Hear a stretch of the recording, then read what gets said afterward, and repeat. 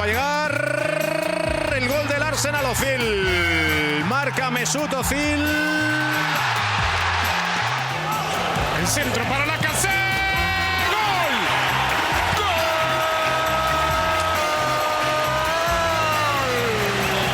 Del Arsenal.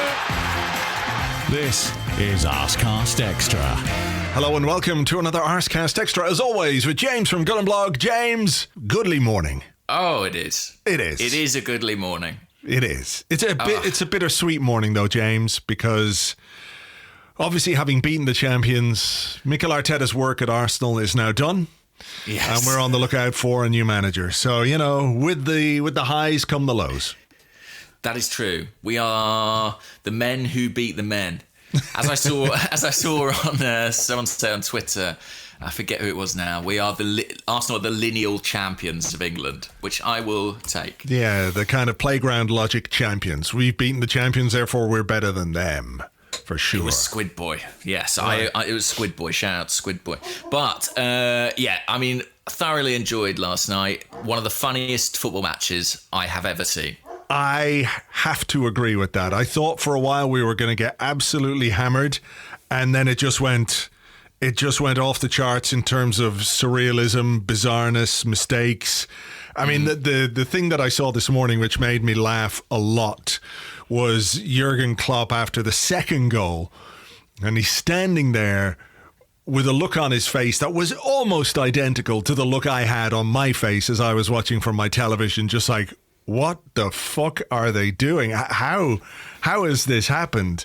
It was quite funny to see him. There's, I think, a gif doing the rounds of Klopp just standing there, and he's just sort of open-mouthed, looking aghast, but slightly bemused at what he's seen, because obviously that is not the way Liverpool have played this season. No, yeah. It was just extraordinary. I mean, it was. I did find myself sort of openly laughing at points in the game, just because such surreal things were happening. I actually at one point made a list of some of the funny things that happened that we might have forgotten. For example, the bit where fireworks went off during the game. What was that? What was that? It was some Arsenal fans who knew what was going to happen going an hour early. Or it was like, I don't know, Liverpool fans maybe celebrating, but it was strange. That was weird, because I was thinking like, who got in the ground with a machine gun? Yeah. It must have been very scary on the television. I had the benefit, I was one of the few people who could see the fireworks kind of over the far stand. Okay. So yeah, that was fireworks. Emi Martinez shouting, David, where the fuck are you going? At David Luiz when he tried to go up for a corner. Really late in the game, was it? Yeah. Like David and Rob Holding were looking to go up for a corner, and Emi Martinez was not a happy boy about it. Very, very pleasingly and very vocally. Where the fuck are you going? Brilliant. I love that. I also enjoyed Mikel Arteta's version of fucking hell, which has a really specific pronunciation where I forget what the incident was that caused him to shout it, but he just went, fucking hell, like that. It was very much fucking with an O. There were so many things. From the very start of the game, in fact, there was a really funny moment. I mean, the guard of honour, which played to sort of silence and just like you could hear the individual claps of the Arsenal players. I found that funny. When they played the Premier League anthem, which they did when the players did the handshake, it was like all this big dramatic music. Here we go, the game's about to start. You almost felt like you could hear the crowd's roar, and then it cut out and all you could hear was just a seagull going just like echoing round an empty stadium. It was very, very funny. Oh my God. I have to say there was some funny bits when you look back at some of the footage as well. I was going to do this a little bit later, and we'll talk about the goals obviously, but I think we should throw this in now, seeing as we're on the funny bits moment. After games, I download them. I find them on the internet and I download them, and I watch, I don't watch the entire game again, because I just don't have time for that, and I leave it to those strange people on the Arsenal Vision podcast who do that, sit there and watch an entire game again. Weirdos. Anyway, I try and get a Spanish language version of the game, so I can use perhaps one of the snippets for the commentary, you know, a little bit of the in the intro. And this really made me laugh when I was watching back, because I thought, oh, you know what, Lacazette scored, and obviously Reiss Nelson scored, and we haven't had a Reiss Nelson bit in the intro because, you know, he hasn't scored a Premier League goal for us. Anyway, this is what they sounded like when Lacazette scored. This is the clip that happens. Se equivocó Virgil, Lacazette, gol!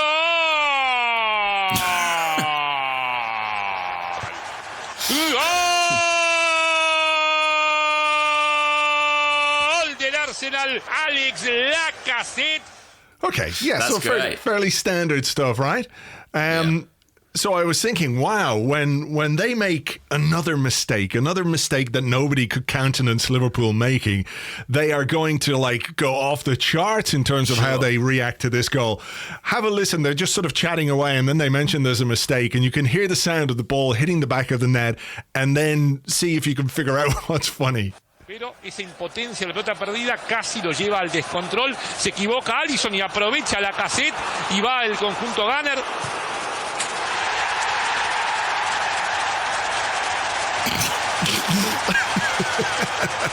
Y está el segundo, Miguel. Está el segundo. That's incredible. They Sudden start silence, like Jurgen Klopp on the touchline. Exactly. They start talking about like how, whoa, this is like really strange for a team like Liverpool. You know, there are teams that make mistakes, but this isn't really what they do. And there's just this, the ball hits the back of the net, and they are doing the Jurgen Klopp face, just probably looking at each other going, what is happening? They died of shock in that moment when Alisson played that pass. I have to say, I think Alisson obviously played a poor pass, but when you look at what Van Dijk is doing, which is just kind of standing there, he forgot for a moment that he's actually in the middle of a game of football. When you look at the replays, it's difficult to play football with flip-flops on. That's what we learned last night. The funniest thing, of course, is probably the stats, right? Yeah. I mean, that tells the story of the game to an extent. And not the full story, though, James. Please remember, stats don't tell the full story, though. Anyway, of course. But what? 69% possession to Liverpool. I've got in front of me. 24 shots to our 3.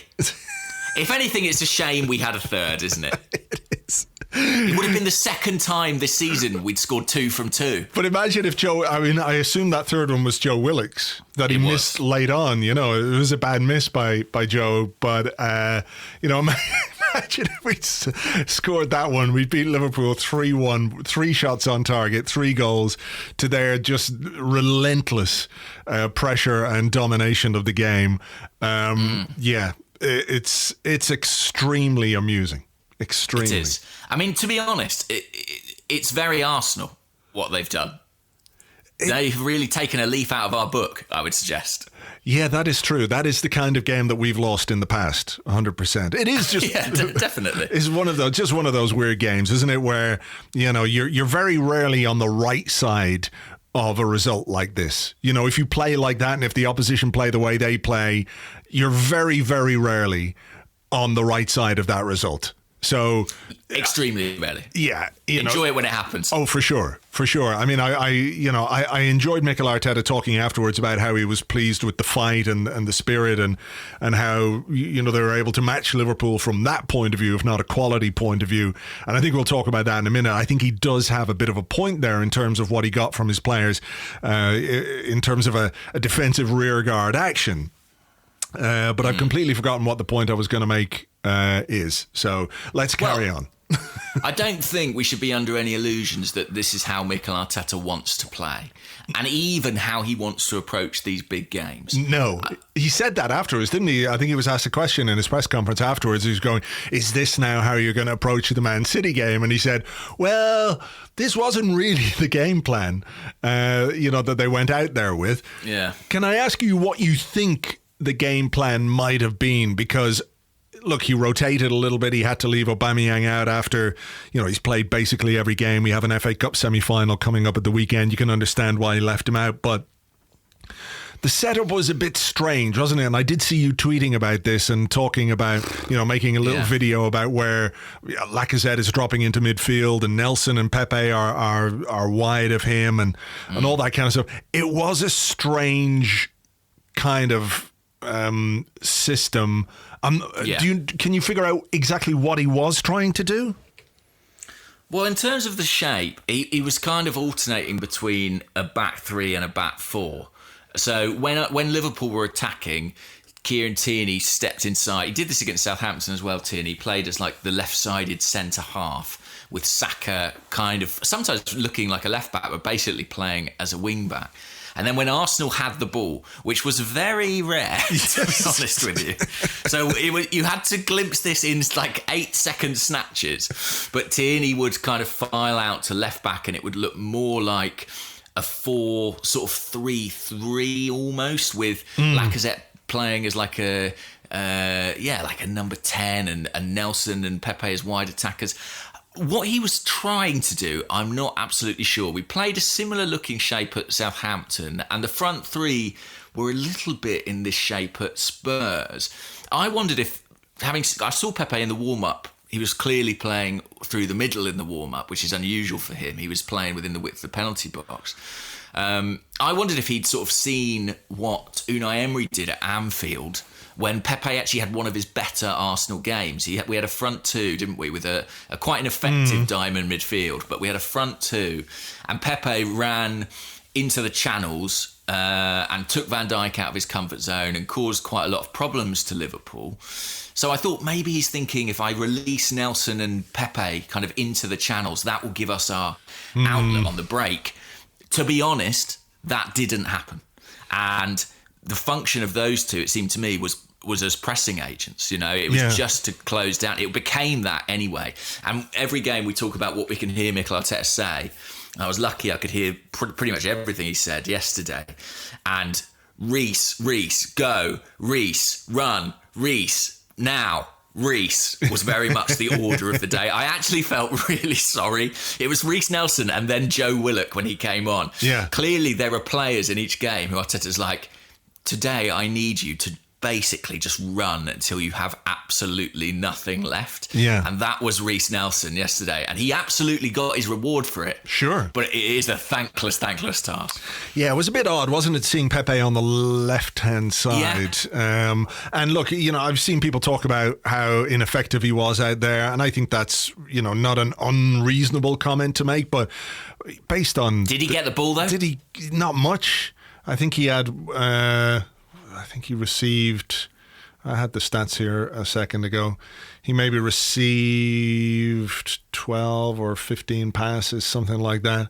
Because I saw criticism of 16. Pepe, and I saw a lot of 16. I saw a lot of criticism of Reiss Nelson before his goal, actually, as well. People saying he's not doing anything. And it's like, I felt really sorry for those two guys. Their job was basically to chase stuff whether that was the plan or not, that was very quickly what it became. And I actually think Nelson actually did tremendously well in that respect. I thought, we'll see that on the goals. He got his reward. But it was a strange old shape. Yeah. And I think the way the game developed, it quickly became clear what this was going to need to be for Arsenal. And they were going to need to ride their luck to a certain extent. Mm-hmm.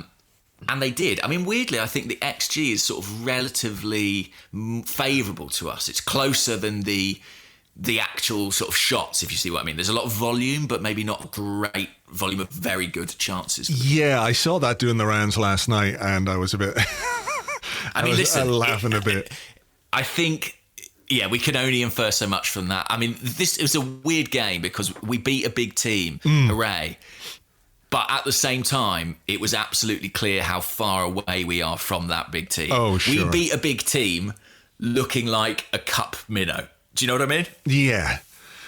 Yeah, I mean, it was... it's not the kind of performance that you can replicate and say this is a blueprint for how we can approach these big games. I mean, I thought the way Liverpool... I mean, they're just so good. They're so well organised. They're a team that really, really is cohesive. They know each other very well. They know the system very well, what the manager wants. And from very early on, it was clear that the extra man they had in midfield was a problem for us. Our central defenders just had no outlet, really. They went back to the goalkeeper a bit, or they went long. David Luiz was whacking long balls. Rob Holding was whacking long balls. Martinez as well. Emi Martinez was whacking long balls. And we were really struggling from a possession point of view. I wonder sometimes if Andy Robertson is or has the power to make himself invisible, in the sense that nobody seems to see him, and then all of a sudden he's in 30 yards of space on the left-hand side. We have to remember, Cedric Suarez was trying to climb inside one of the Liverpool players at this point, or something, wasn't he? He charged out and ran into... Was it Robertson himself? I can't remember. I'll get it again here. For their goal, you mean? Yeah. Yeah. He basically ran up and challenged Robertson for a header. Ended up just sort of banging into him and winding himself, I think. Yeah, couldn't get back then. He was like hobbling back. And then, there was plenty of space for Firmino dropped out there. And Robertson. I mean, when Liverpool scored that goal 20 minutes in, the ease with which they took us apart led me to believe this is going to be 4 or 5. Yes, I thought it might be the first of many, to be honest. I don't know what our defenders were really doing in that scenario there. I'm just watching it back here. I don't think anyone covers themselves in glory. Martinez clears it, and here goes Cedric. Yeah. He doesn't even get near the ball. Now he's fucked. He can't get back. Robertson keeps running. Holding doesn't go across. Luiz is like, oh, ball. And then it comes in, and Xhaka is bypassed. Tierney has 2 men to deal with, and it's a tap in. I thought, oh shit, well, here we go. Here we go. I think we all did. Yeah. Because they didn't look massively switched off at that point, Liverpool, I would say. And Klopp seemed pretty happy with how it was going on the touchline at that, but it was well before the open-mouthed, aghast look he had later in the game. And we looked like a side who'd made 5 changes and didn't necessarily even have our strongest 11 out there at that point. Or, a side that really believed it might be able to do something in this game because of the way that Liverpool were playing. I'm watching their goal now, pass back to Van Dijk, bit of pressure from Reiss Nelson, which is not bad, miskicks it.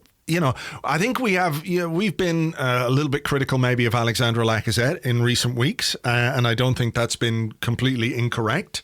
But I think he deserves credit tonight or this morning on this show for being absolutely on his toes at exactly the right moment.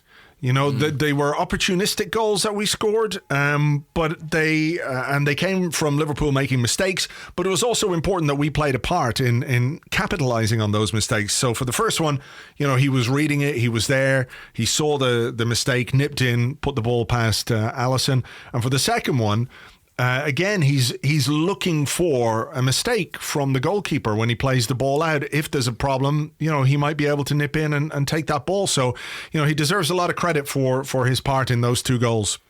Yeah, and he worked really hard, actually, in a sort of unfamiliar role. He was clearly detailed to drop in and pick up a Liverpool midfielder where he could. And I thought he stuck to that remarkably well for someone we think of as a centre forward in a conventional sense. He was very alert, much more alert than he has been. We've said he's looked heavy-legged. He looked much sharper, I thought, against Liverpool. I don't know what I put that down to. I mean, maybe that is confidence. His goal-scoring record in the last few games isn't too shabby. And he probably should have had an assist at Spurs as well. He set up Aubameyang for the chance that hit the bar. An assist and a goal for him against Liverpool. He is being much more productive. So... Look, that is encouraging. There's a few games left in the season, and for very obvious reasons, we need to squeeze everything we can out of them. So whatever happens with him, it's good to see him faring a bit better. Yeah, absolutely. So we go in 2-1 up at halftime. Nobody really expects that. Nice finish from Nelson, by the way, I thought, as well. He could have given it to Pepe, who was there for the little side pass, but he took it on very confidently. No celebration, very nonchalant. I enjoyed that. Yeah, I mean, I guess maybe the circumstances and the fact there's no crowd plays a part in that, but I enjoyed that as well. I like a bit of minimalism in my celebrations, for goals that come just before halftime against champions who are playing you off the park. You're not going to run around with your shirt over your head because you could easily just look like a chump if stuff happens in the second half. How did you feel at halftime? Were you like, I was amused. Can we end the game there? Look, I thought we've been the beneficiary of some sloppy Liverpool play. I fully expected Liverpool to score in the second half. To the point where it was quite late in the game where I was actually a bit like, ooh, maybe we can hang on here. Because they did have some good chances in that second half. I think there was one for Salah in particular at the back post, which was really good. There was that one as well where he just left David Luiz on his arse with a little drag back and didn't quite get the shot off as well as he would like. Martinez made a save as well. But, just the quality of the Liverpool front three, the possession, the domination, the confidence with which they play, the frequency and regularity with which they score goals. It just seemed inevitable to me that they would get another goal, and it didn't turn out that way. So let's just sort of quickly talk about a couple of things. One, let's go back and have a funny moment because I enjoyed that Rob Holding on Sadio Mane thing right towards the end. I think it could have been before the first goal. That was funny. I really liked that. I don't quite know how that was given as a free kick to us because he did seem to clatter him. I know there was a kick out or whatever from Mane. He kicks out after, sort of in Vieira against Van Nistelrooy fashion. But it was great. It was a kind of a reprise of his Diego Costa moment, wasn't it? Yeah. I like that. I like that about Holding. The other thing just quickly people will want us to talk about was the Alexander-Arnold foul on Saka. Of course. You said, you tweeted about this and said that it had a horrible sound. It did. Honestly, you don't hear fouls very often in the Premier League because of the crowd, obviously. But on that occasion, it was a horrible sort of cracking noise. And, very possibly that's the sound of plastic on plastic, of boot on shin pad, for example. But it was one of those that kind of made me intake my breath and my stomach slightly turn, partly because it was Bukayo Saka in there, who is our most precious gem. It was just a really nasty collision that could have had pretty serious consequences for Bukayo Saka. And I absolutely don't understand. I mean, I wasn't watching the television pictures, but was that checked at all? Or no, apparently not. It didn't go to VAR. I mean, they talk all the time about how every decision is being looked at by VAR at all times.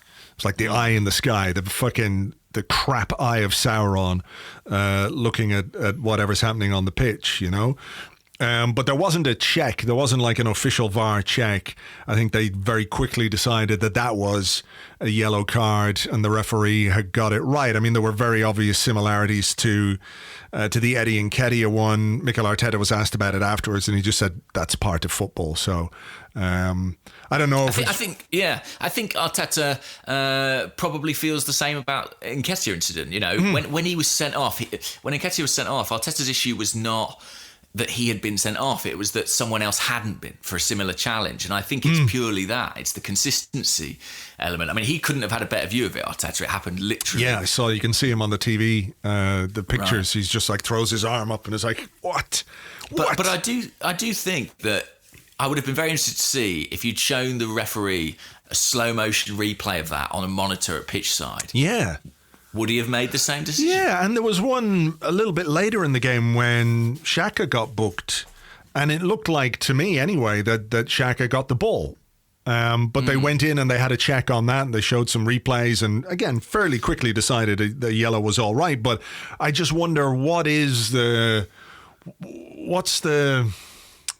rule or the what's the word I'm looking for here? But why are they looking at the Xhaka one and not the Alexander-Arnold one?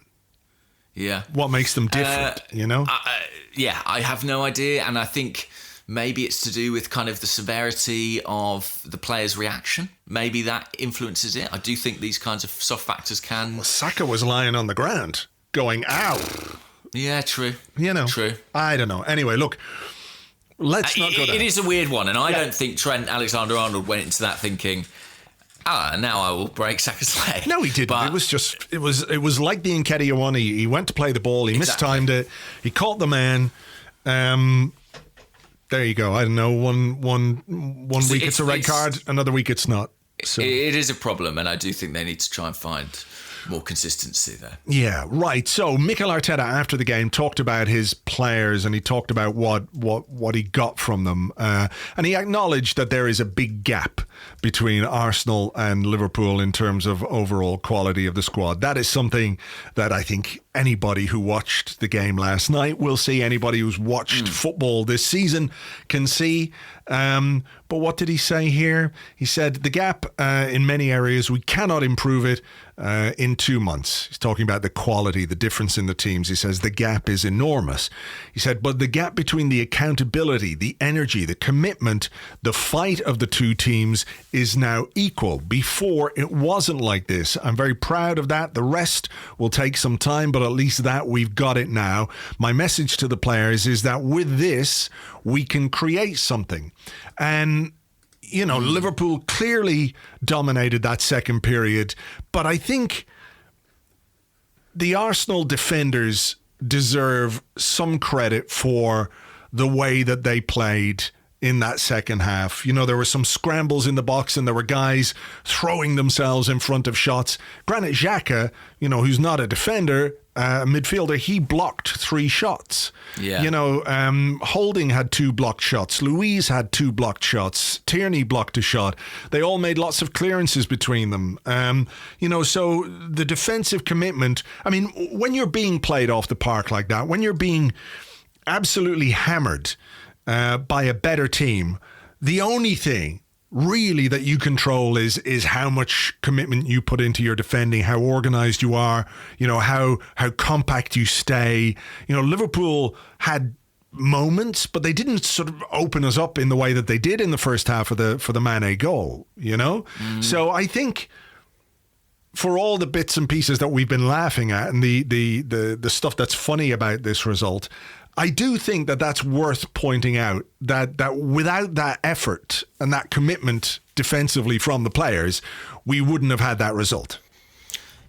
Very true. And isn't it amazing what is possible when you don't make huge individual fuck-ups? As it happens, we did make one. Emi Martinez made it in the first half. Another very funny moment in the game where he kicked the ball straight against Liverpool forward, and it could well have gone in, and that would have been a real shame for him, and that's how fine the margins can be, because I think he was voted man of the match in the end by the Arsenal fans. So I think you're right to commend the defenders on that. They didn't, with the exception of that moment, make any horrendous errors. They were relatively calm. I think there's lots of interesting contributing factors there. I do wonder if there'd been fans in the stadium, would there have been more of that sense of nerves and panic? You never know. Sometimes I feel like there's kind of a synchronicity to that players and fans can sometimes make each other edgy. In a funny sort of way. But then also fans, if they see a scramble in the box and someone like throws themselves in front of it to make a block, that can energize the team as well.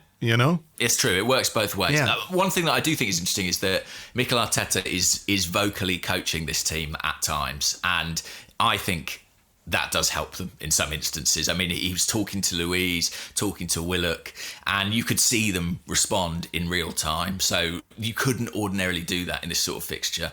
But there was something really interesting that seemed to happen where kind of in the first 20 minutes of the second half, I felt like Arsenal were playing a little bit with that edge of like, and maybe it's just my perception as a fan, I'll admit that. But, this is still kind of a free hit. Anything could happen here. Arsenal are expected to lose this game. When it got to sort of the drinks break, about the 70th minute or so, the body language and the behaviour of the players, and particularly the staff in front of me, changed.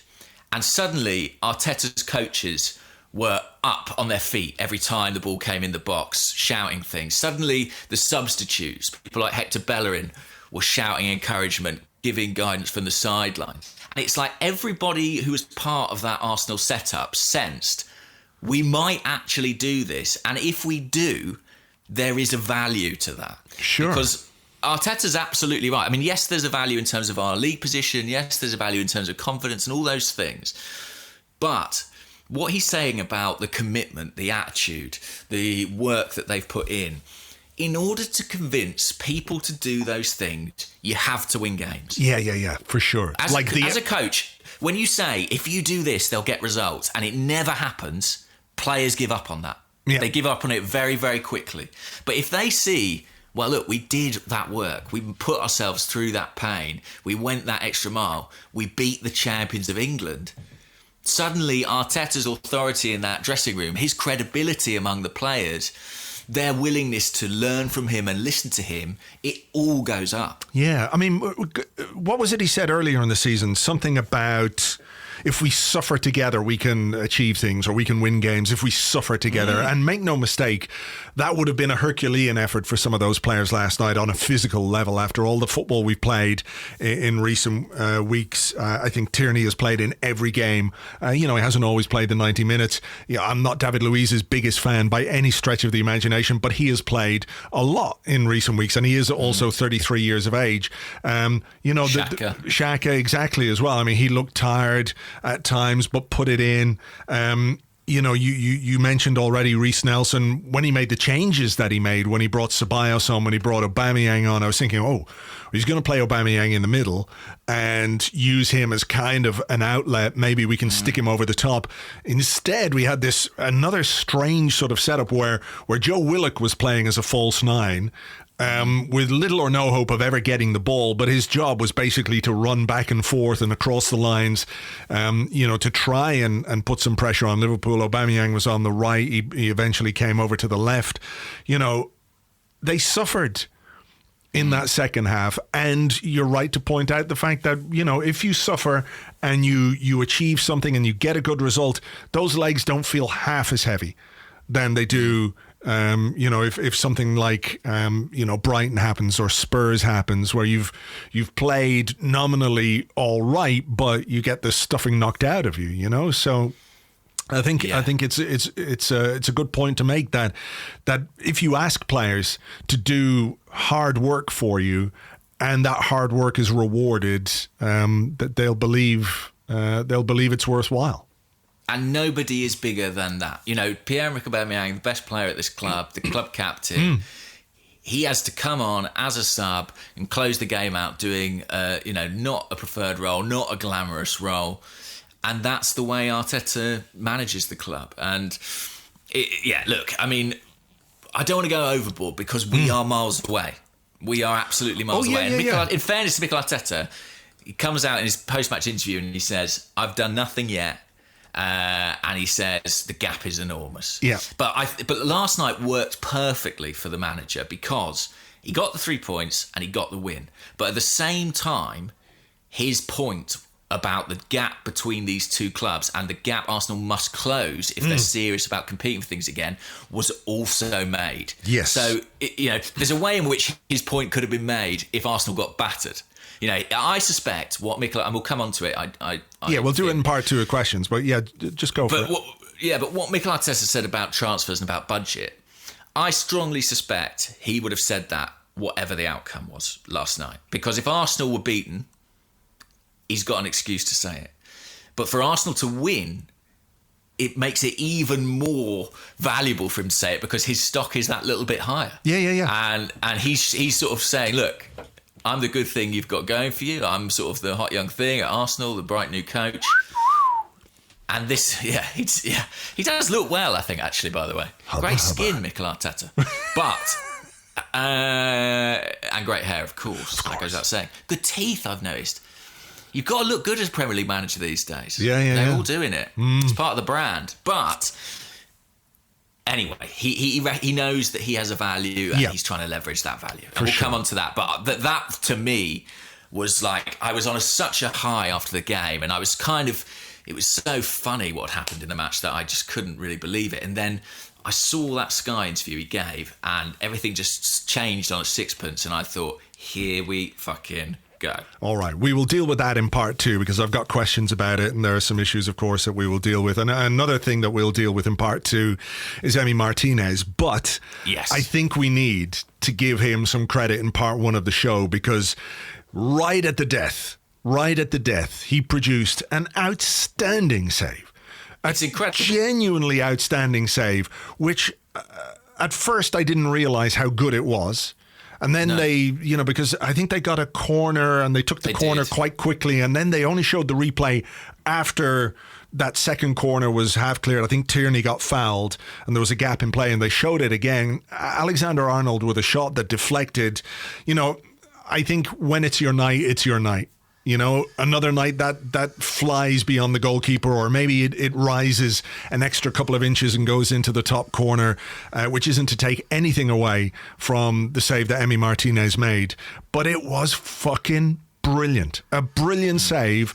And imagine how different we would feel this morning, however we might be able to rationalise it, however we might be able to say, well, on the balance of the game, Liverpool probably deserves something, blah, blah, blah. You'd still feel absolutely gutted that a goal went in at that point. And, having played behind a defence which was under the cosh, 95 minutes in, to have that level of concentration, awareness, anticipation, agility, it was fucking brilliant. One of the best saves I've seen in a long time. It was. And because it wasn't just a shot straight at him, was it? It ricocheted. It deflected, a defender. And it comes down, it bounces, he's got to change his flight. I mean, that's still of him palming the ball away. He is horizontal. It is proper Superman stuff. And a shame it happened when it did in the game, because I think it did sort of not get the love it deserves. So, yeah, very, very happy to give him his props for that. All right. Well, look, well done to him. Well done to the people who are angle grinding in the background there over the final part of this show, or this half. But we will take a break here, and we're going to come back with your questions and more in part 2 right after this.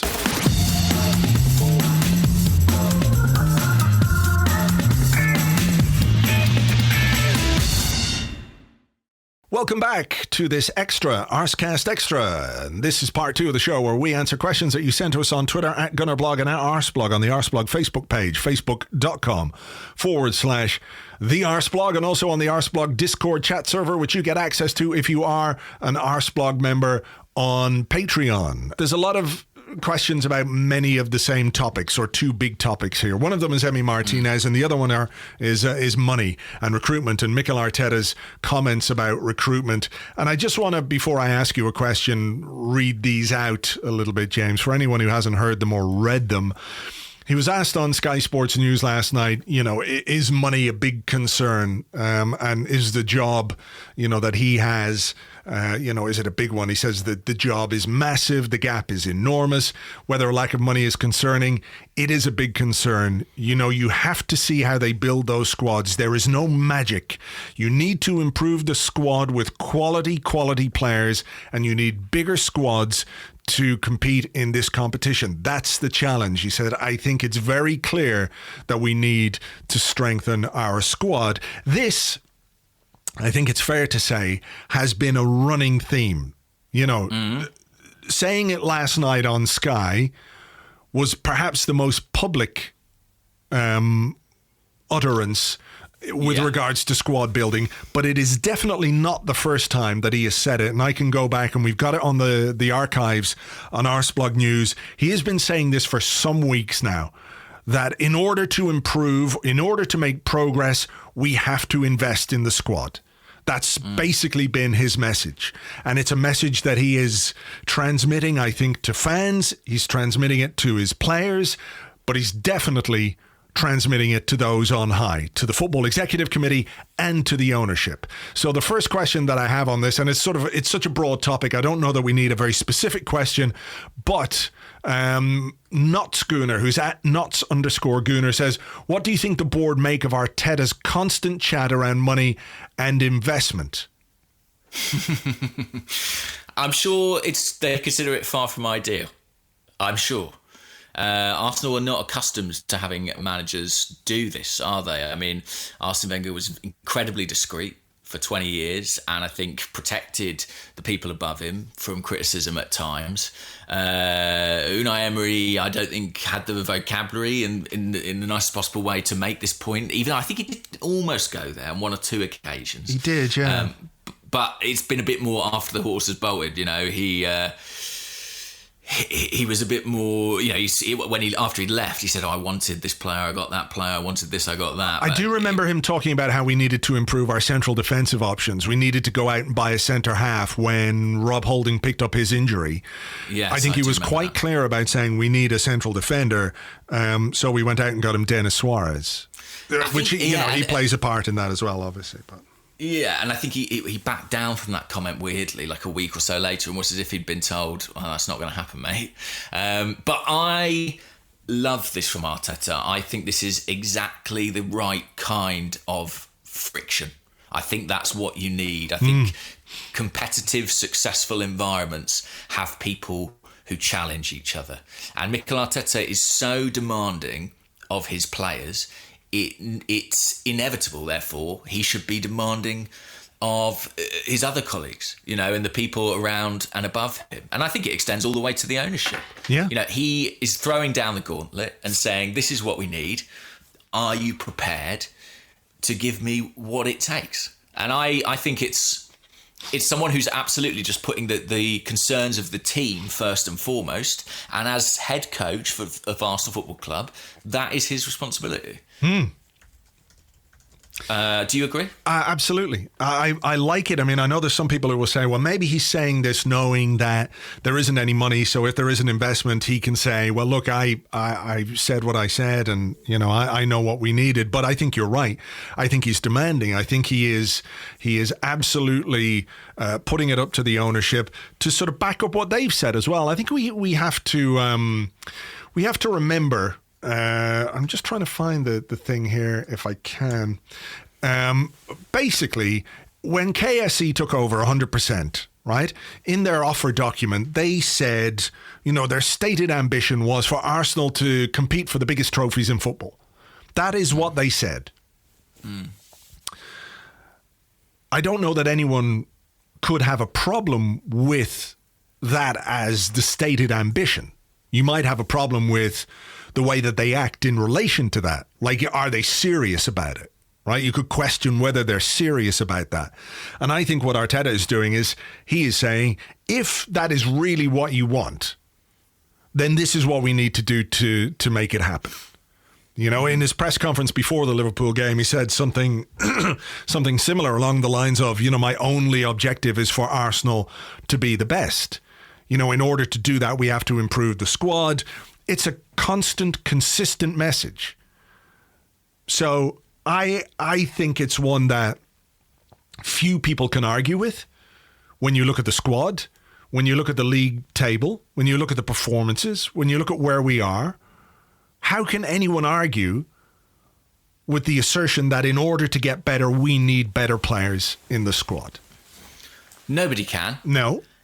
And Mikel Arteta may not get what he wants. I mean, I'm not without sympathy for the financial circumstances the club find themselves in. Yeah, and sure. Whatever Arteta was told when he took the job in December, events in March, and the coronavirus problem have dramatically changed the landscape. Sure. I fully recognise that. But he has to go into bat for the sporting ambition of the team and the club. And I think that that's absolutely the right thing to do. And as fans, well, I can only speak for myself. As a fan, I want the head coach to be advocating for this team to do what it needs to be competitive at the top level. That's absolutely what I want. If it doesn't happen, there are reasons. And I think, at this point in time, we can all be rational about that and understand it. But you've got to try. You've got to push. You've got to see how creative people can be, how much they can be prepared to stretch, what kind of liquidity might be able to be created. Every possible avenue. You've got to get down the back of the sofa and find what you can if you're serious about making this team better. I mean, it's worth pointing out that it doesn't all have to happen in this transfer window. No. Like, this is a process. I think that's something that he said as well, that it's a process. It is something that is going to take time. And he said he's prepared to wait for the right player. I mean, isn't that what we wanted? Yeah, wait for the right player, but we need somebody to come in and put things right. There have been so many things that fans have complained about and have been right to complain about in terms of recruitment, retention, all of these things when it comes to squad building. There is a need to put in place a project now. And, if you're prepared to do that, they take time. And there are going to be ups and downs and bumps in the road, as we've kept saying for a little while. But to even try and bridge the gap with teams like Man City, with teams like Liverpool, you've got to give somebody, A, the resources, and B, the time. And if it's not Mikel Arteta, it's got to be the next guy. And if it's not the next guy, it's going to have to be the next guy. Because nobody's going to come along and make this happen on a shoestring budget. It just will not happen. But you've got Mikel Arteta now. Well, that's my point. Thing. Yeah. He has credibility. I think even the most ungenerous of Arsenal fans would suggest he is making a positive impact. Or even if you have concerns about what the team is doing on the field, I think it's very difficult to take issue with what he's doing culturally at the club. He is there now. And yes, he loves this club. And yes, he's got a long-term plan. I can tell you now that in football terms, in the modern era, long-term means about 3 or 4 years. Do you know what I mean? The chances that Mikel Arteta is thinking of this as a project that takes any longer than 5 years are incredibly slim. So your window of capitalising on having this coach who you believe in, who the squad believe in, who the fans believe in, is relatively narrow. And so you might well look at this window and go, do you know what? We can't do anything. But you can't say we can't do anything for the next 3 years because you will have blown it. Do you know what I mean? Yeah. He'll be on to another project by then, in all likelihood. Yeah. It's about, as we've talked before, rebuilding the spine of the team and investing properly in areas of the pitch where we are lacking. And that is, the centre of defence, as we spoke about the other day, the centre of midfield. He has to be backed. He has to be backed by money, and however that money comes, we're not quite sure whether the owners can invest. I mean, I know it's not their modus operandi. I don't expect it to happen, to be perfectly honest. No, and actually, to be clear, nor do I. Right. I don't think Arsenal are going to go out and spend a load of money we're not anticipating this summer. I just think it's absolutely right that Arteta should push for that. Sure. Because, how else is it going to get better? Unless there is some backing, That's it. And the longer we don't do this, the harder it gets. Well, he did say as well, that I think one of the interesting things he said before the game was, he was asked, like, the longer you're out of the Champions League, how much more difficult does it become to get back into it? And he said, of course, it's harder and harder because, other teams are going to invest. So that gap, unless you do something to close the gap, you can't just stand still. The gap will get bigger because the other teams are going to invest. And he said, you have to take a risk. You have to take a risk in terms of investment to try and put things right. So I tell you one of the problems here. If we had Josh Kroenke here now, I'm sure what he'd say is, look at what Arsenal have spent in the last 5 years. We have invested. Yeah, the problem is they haven't done it very well. It hasn't been done with, any kind of long-term plan or strategy, has it? Because there was some panic buys towards the end of the Wenger era I'm not saying Aubameyang was a panic buy, but it was a strange decision to spend £60 million on a striker after spending £50 million on a striker 6 months previously, right? Yes. That's not cohesive squad building. Mkhitaryan, Alexis, some of the Emery signings, etc., etc. If you listened to Arteta's press conference pre-Liverpool, it was very interesting. He was asked about what the job Jurgen Klopp has done there, and he used the word specificity. He was like, look at the specificity of the players they bought. They had a tactical identity and a plan, and I'm paraphrasing, but they absolutely bought the right players to fit that. And that is something you cannot say Arsenal have done. Look at what they spent on Nicola Pepe, £72 million. The coach wanted to plays on the opposite flank, and they spent the money on Pepe. Now, whatever you think of Pepe and his talent level as a player, that doesn't make sense. And nor does it make sense, really, to allocate that much of the budget to any one player. But it goes way, way back. And it can be done smartly. Arsenal fans, I think, use Liverpool as a club, as a model, maybe a bit too often. But, I have been reading this week, I wrote about it as well, about Jurgen Klopp's first summer. He came in, the club were 10th. In October, they finished 8th. Arsenal are probably on course for a similar sort of finish, maybe outside Europe. Liverpool were outside Europe too. That summer, they bought in 5 players. The most expensive was Sadio Mane. He was 34 million. Not a Van Dijk price, not an Alisson price, 34 million pounds. They sold a couple of players. They sold Benteke to Crystal Palace. Their net spend was a few £1 million.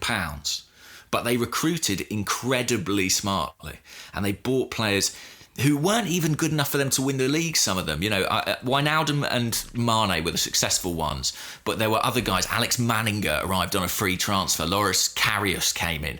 They weren't good enough to win Liverpool the league, but they got them from 8th to 4th. Yeah. It's not and then from there, suddenly you got Champions League money. They go and buy Mo Salah. They sell Coutinho. It all kicks off from there. Then they get Van Dijk. Then they get Alisson. We have to be back in that Champions League to play at that top financial table. But there is money that we can spend smartly to dramatically improve our league standings, our league position. But we haven't done that for years. The same summer Liverpool did that. We spent all the 80 million quid on Perez, Xhaka and stuff. Yeah, I mean, look, the question, I completely agree with you about Arteta. And I completely agree with you about spending smartly. And, it is possible to go and get players who can help you, who can be part of the rebuilding process, building blocks, if you like. So you make progression, and from there you can improve again. Yeah. The question or the worry that I would have is that some of the people who we need to do that work haven't necessarily demonstrated their smarts in the market, if you like, in the last couple of years. So that's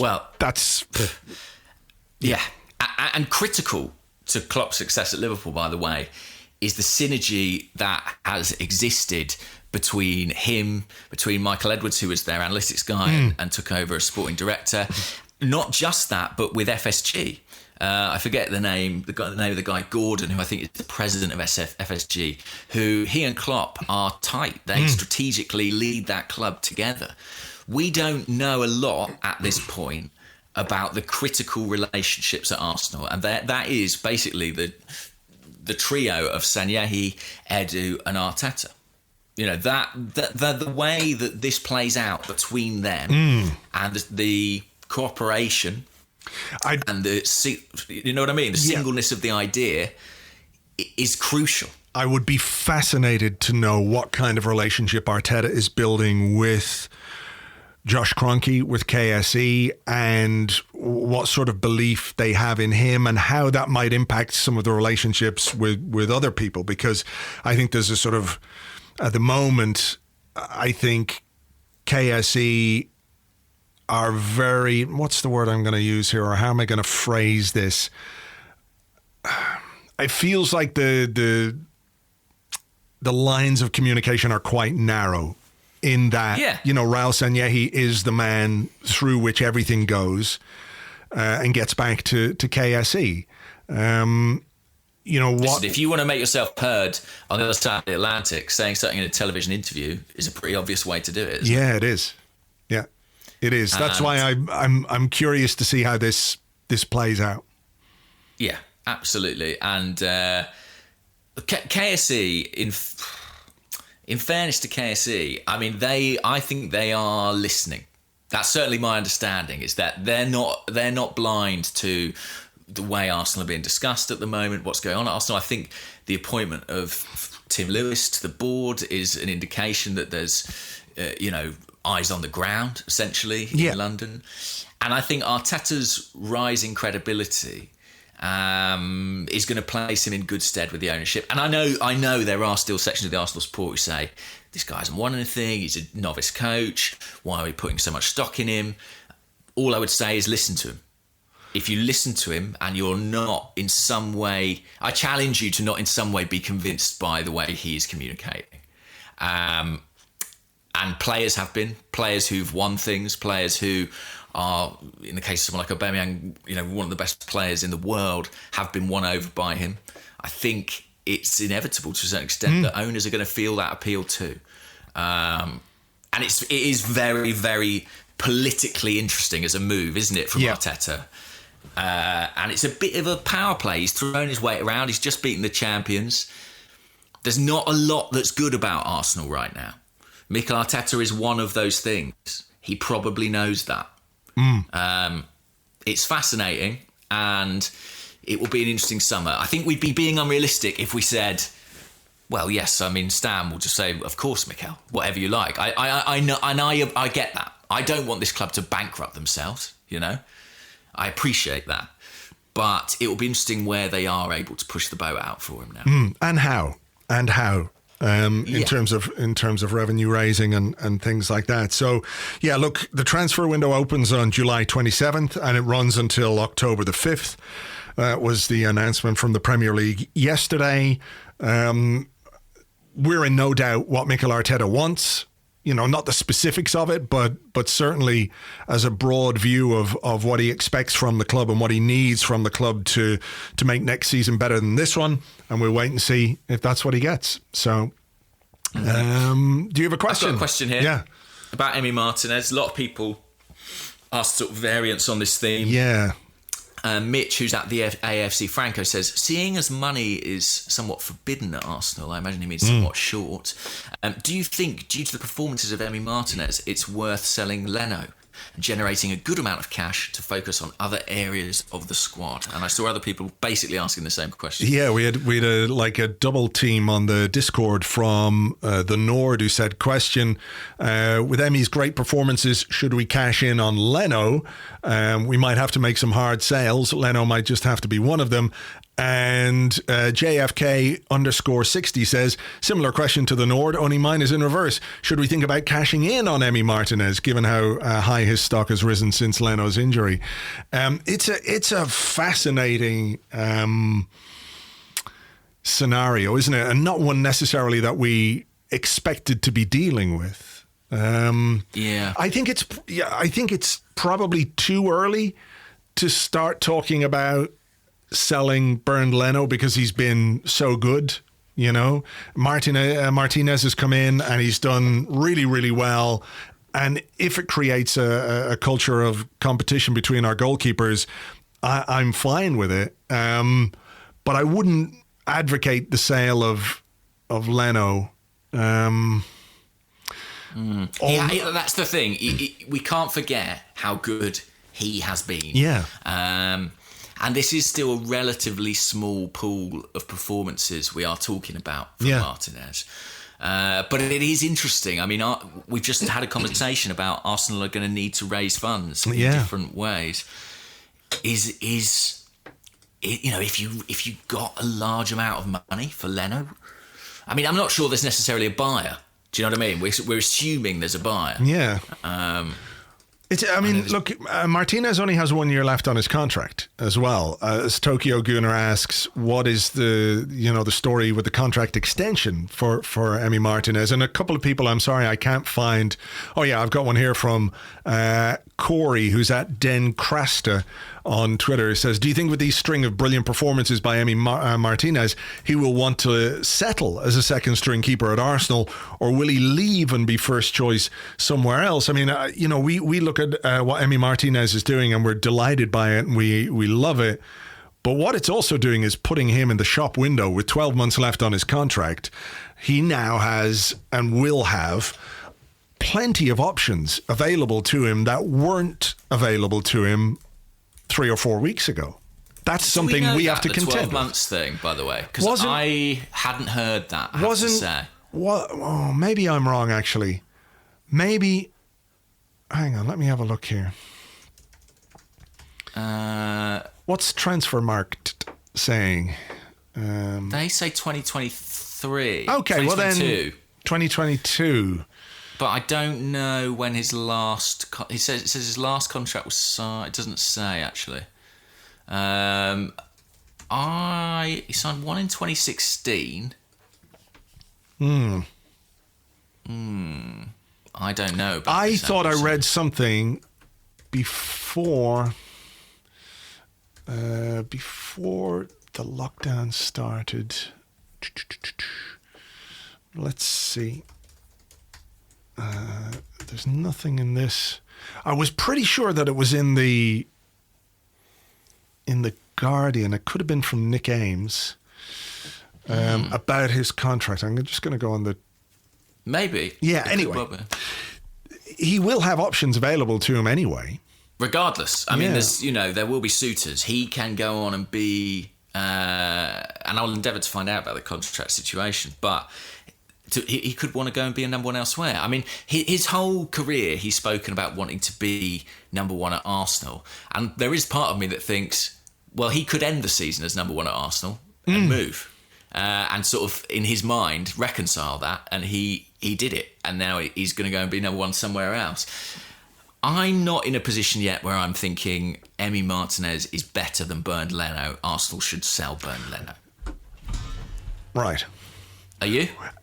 Not quite. I mean, I think something Arteta has been saying when he's been asked about Emi is that consistency is really important.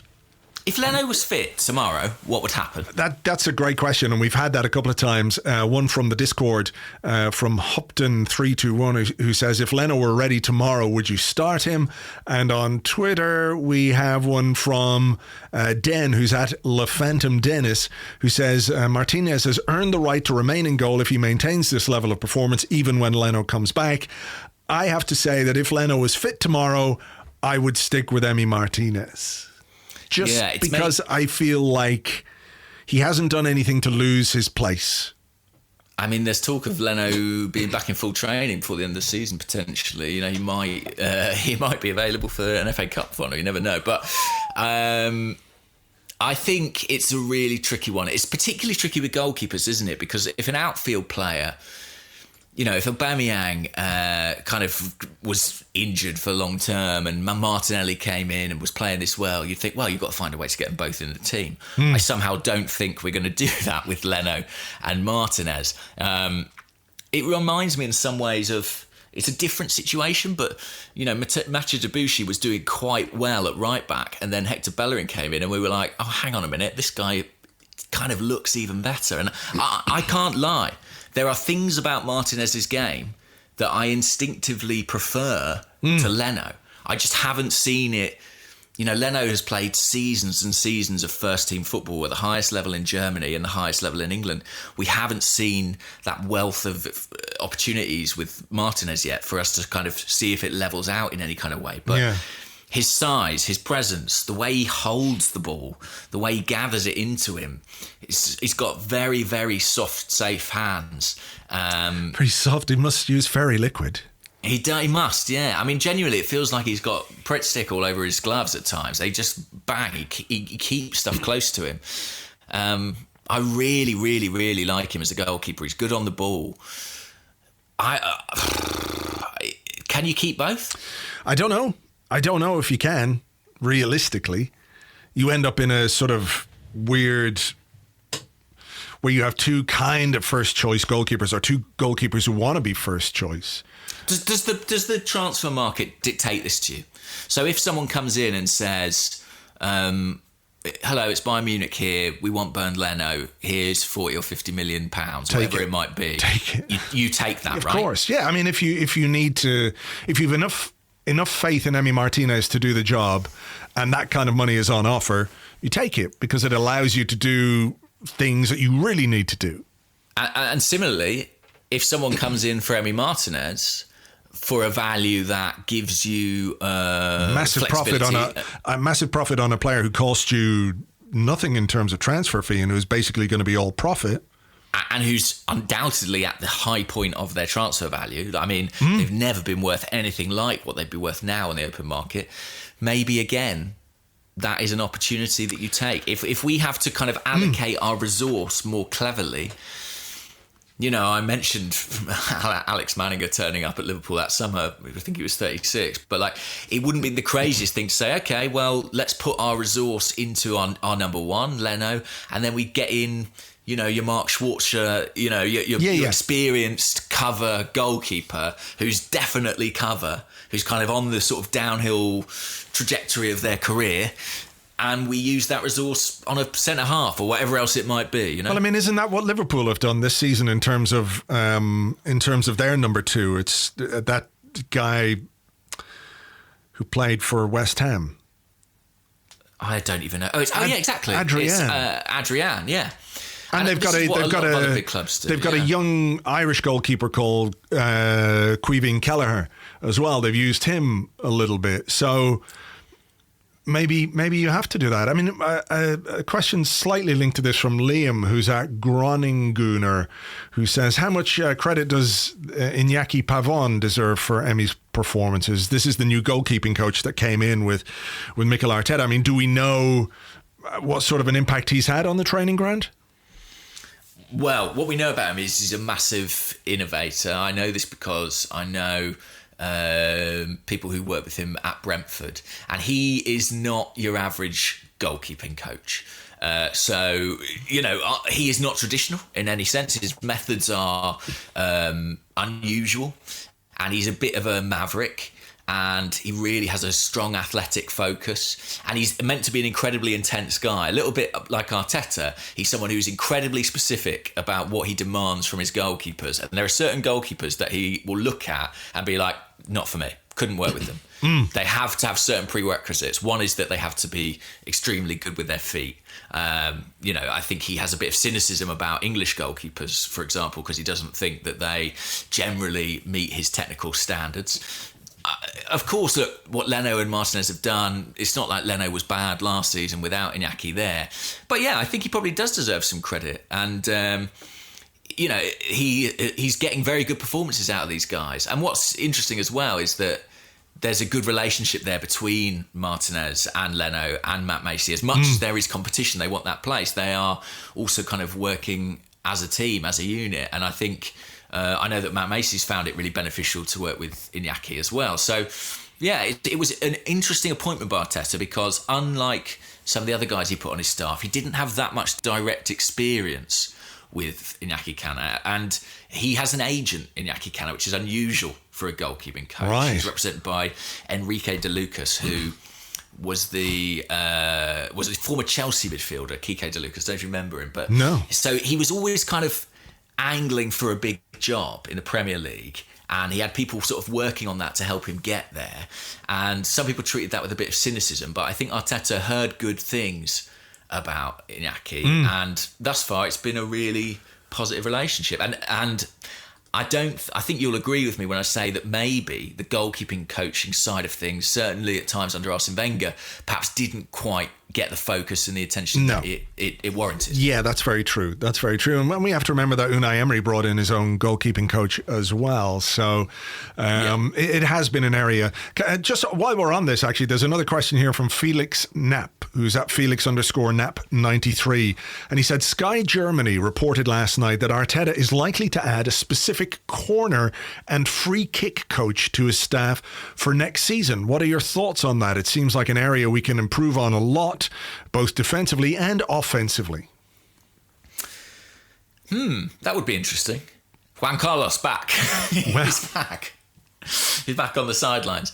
It is an area we can definitely improve, isn't it? Yeah, for sure. I mean, this sort of specialisation in coaches, I know everyone laughed at Liverpool, you know, when they got a throw-in coach. But, I mean, it's clearly an area of the game which is very important. Yeah. And which you can get some benefit from. If you're 4%, 5% better than you used to be, you can keep possession better. You might have more variety. So, I think this is an interesting part of coaching now. We know about defensive coaches and goalkeeping coaches and attacking coaches, but when it comes to the very specifics of games and tactical bits and pieces like that, I think it's a very interesting development. And, I certainly wouldn't have any problem with it if it makes us better. And I wouldn't be surprised to see Arteta expand his staff in some way. He's got that core staff who've been great for him thus far, but I do wonder if there might be specialisms, like you say, if that specificity he wants from his players might apply to his coaching staff as well. Yeah. Here's a question on the subject of raising funds. Now, where is it? I've seen it somewhere. Yes, the carpet, at Arsenal Carpet, says, question for the pod. How much do you think Ainsley Maitland-Niles is really worth? Type of clubs who take him will likely be affected by COVID-19. And even with 50 first-team appearances, he's still unproven as a central midfielder. I would be surprised if he's over £15 million. Again, we have to wait and see what the market is like. It's worth remembering that Maitland-Niles has nearly 100 first-team appearances for Arsenal. So, he does have plenty of experience, and this is, Premier League experience as well. It's not just Europa League and cup games and things like that. So he has plenty of experience. Look, when you look at Liverpool getting, what did they get? 19 million, 20 million pounds for Solanke, who went to Bournemouth after scoring one goal or no goals for Liverpool and barely playing. You would certainly look at someone like Maitland-Niles, who's a good player, even if he hasn't quite found his position yet, and think he could do a very good job for a lot of Premier League teams. There's even a case to be made that he could do a good job for us if we keep him in the squad. Yeah. I just don't know what... but based on that, you'd be looking at certainly £25 million for Ainsley Maitland-Niles. He's English, he's young, he's got years left on his contract, he's lots of experience, he's versatile. All of those things go in his favour. So you'd be looking, in the pre-COVID world, I would have thought something like £25 million would have been the minimum that you would expect based on some of the other deals that have gone down in the Premier League. Maybe. That sounds high to me, personally.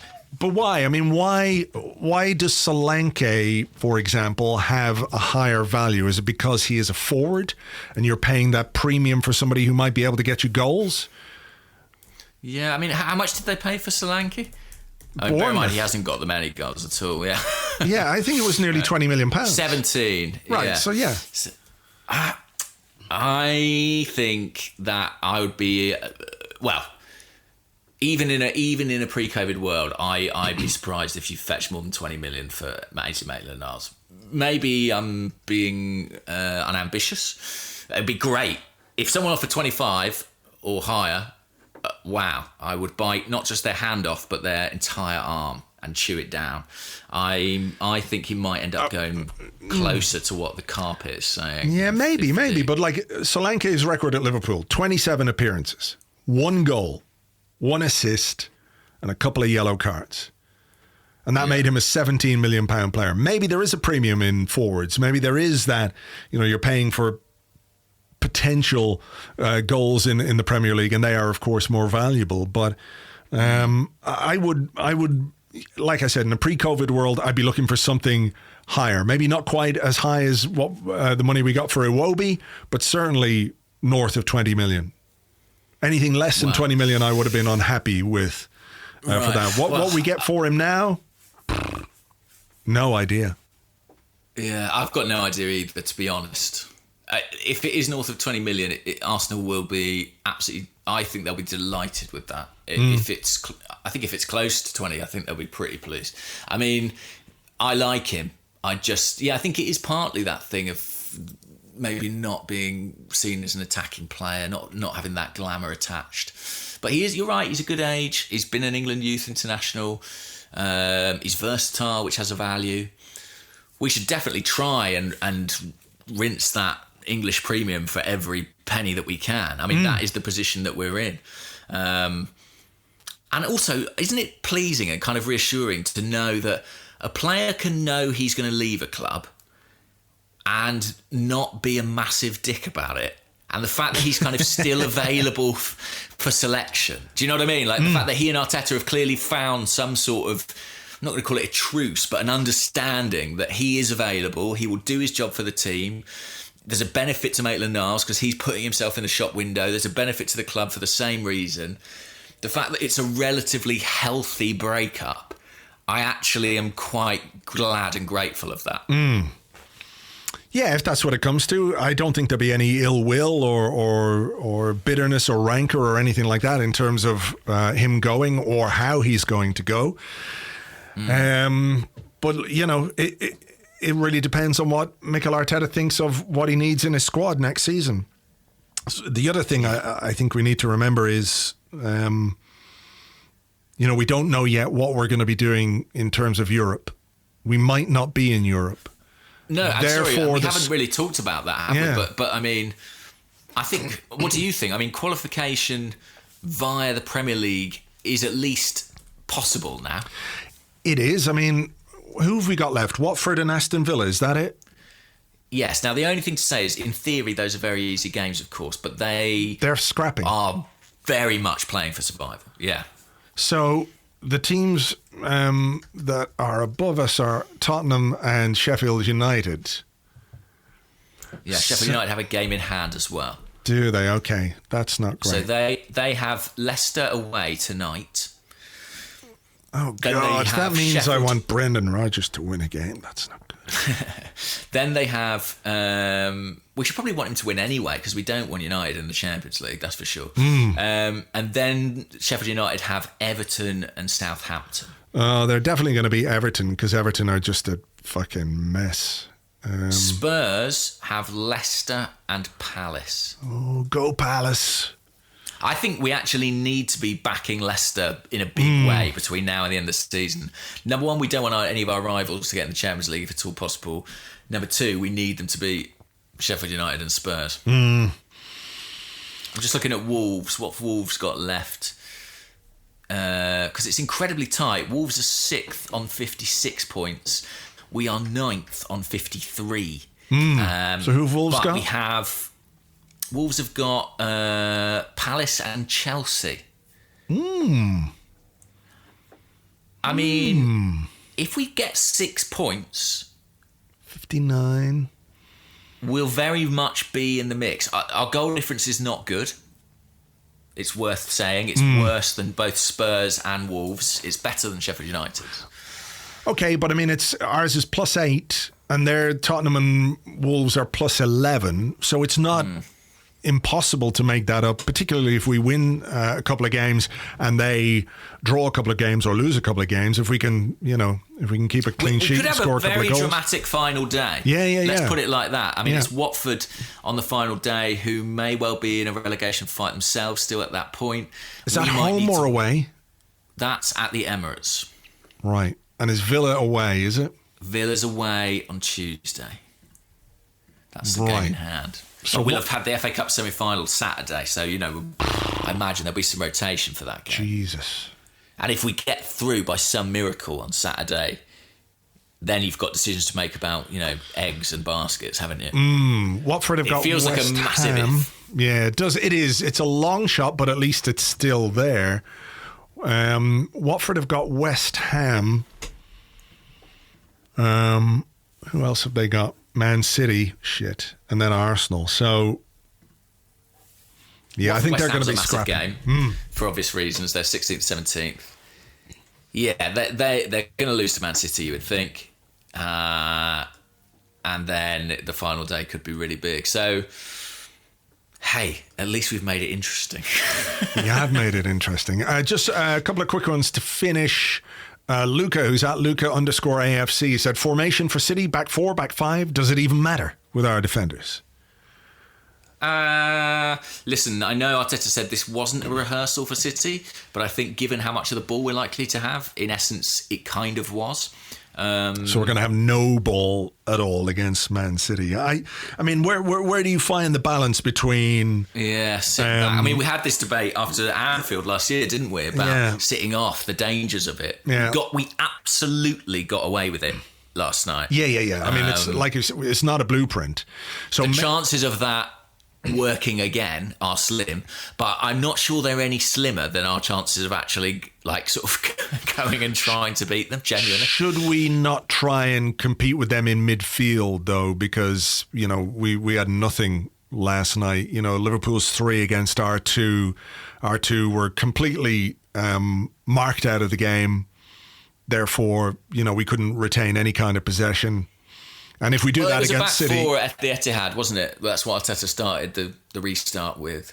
I do wonder if it will be one of these hybrids where it's like a 5 out of possession and a 4 in it. I do wonder if that might be how he does it, and that will give them... Saka will try and push up and be the extra midfielder. Xhaka drop back in and be the extra defender? Maybe. I don't know, but I think it will be, it's very rare that he's like, and this is just the shape, and we just stick with that. Yeah. I think he'll try and make it clever. I feel like, look, I really want to believe we can have an FA Cup final to finish this season desperately. And I thoroughly loved the Liverpool game. I kind of have the hunch that was our one. Do you know what I mean? Well, we can't play like we played against Liverpool and expect to get through to the FA Cup final. I just have a feeling that it's one of those games where if we don't at least try and take some of the initiative, the game will be set from the first minute.